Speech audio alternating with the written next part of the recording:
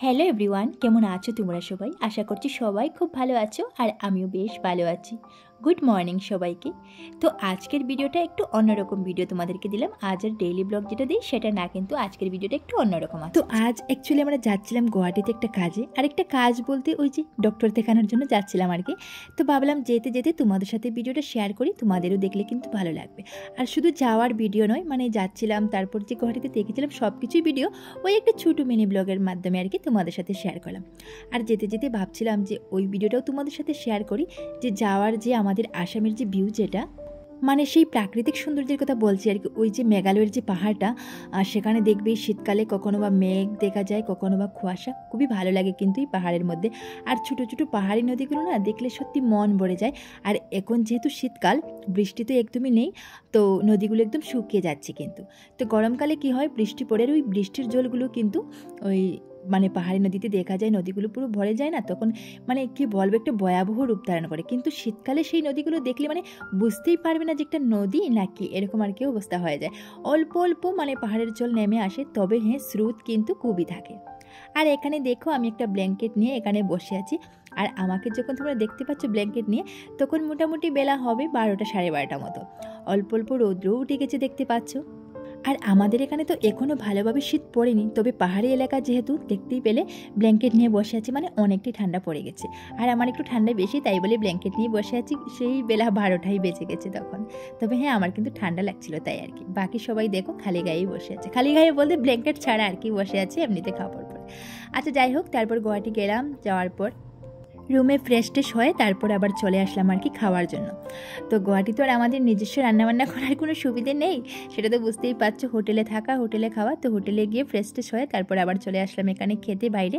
তো আমরা এখানে খেয়েছিলাম, ডাল ছিল, নিরামিষ সবজি, তারপর পুদিনা চাটনি, তারপর ছিল আরেকটা কী যেন একটা চাটনি দিয়েছিল সেটা ছিল, তারপর শীতল চাটনি, মোটামুটি 2-3টে চাটনি ছিল।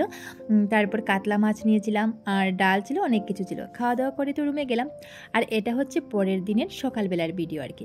তো পরের দিন যখন ডক্টরের কাছে যাচ্ছিলাম আমরা, তখন ভাবলাম যে সকালবেলার ব্রেকফাস্টটা সেরেই যাই।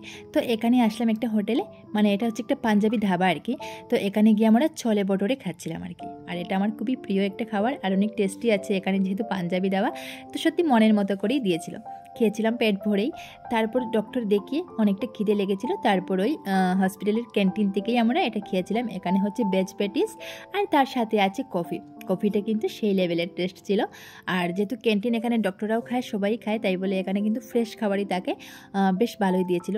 আর অনেকটা খিদেও লেগেছিলো, যেহেতু সকালবেলা শুধু ছলের বটরে খেয়ে এসেছিলাম, আর কিছুই কিন্তু খাইনি, তাই বলে অনেকটা খিদে লেগেছিলো। তো এখানে এসে ওই ক্যান্টিনে খেয়েছিলাম। তো তারপর খাওয়া দাওয়া শেষ করে আমরা রুমে ফিরলাম। রুমে গিয়ে একটু ফ্রেশ ট্রেশ হয়ে আবার আমরা বেরিয়ে পড়লাম। ভাবলাম সামনে যেহেতু কামাখ্যা মন্দির আছে, তো একটু দর্শন করে যাই, যেহেতু বিকেলবেলা কোনো কাজ নেই আর আজকে আমাদের ট্রেনও নেই, তো ভাবলাম একটু কামাখ্যা মন্দির দর্শন করে আসি। তবে হ্যাঁ, কামাখ্যা মন্দিরের একটা বড় ভিডিও আসছে, বড় ভিডিও বলতে শুধু কামাখ্যা মন্দিরের একটা ভিডিও আসছে আর কি। আশা করছি এরপরের ব্লগে আসবে, তো তোমরা দেখে নিও প্লিজ সেই ভিডিওটা। আর এটাতে একটুখানি তোমাদের সাথে শেয়ার করলাম। তো কামাখ্যা মন্দিরের পুরো ভিডিও আলাদা একটা ভিডিও আসছে, সেটা দেখে নিও।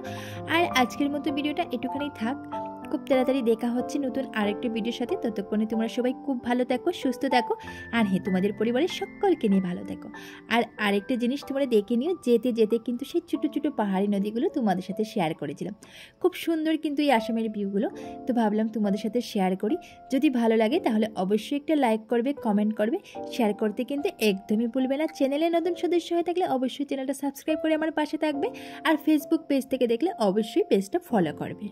তো আজকের মতো সবাইকে টাটা, ফিরছি খুব তাড়াতাড়ি আরেকটা নতুন ভিডিওর সাথে। ততক্ষণে তোমরা সবাই খুব ভালো থাকো, সুস্থ থাকো, টাটা সবাইকে।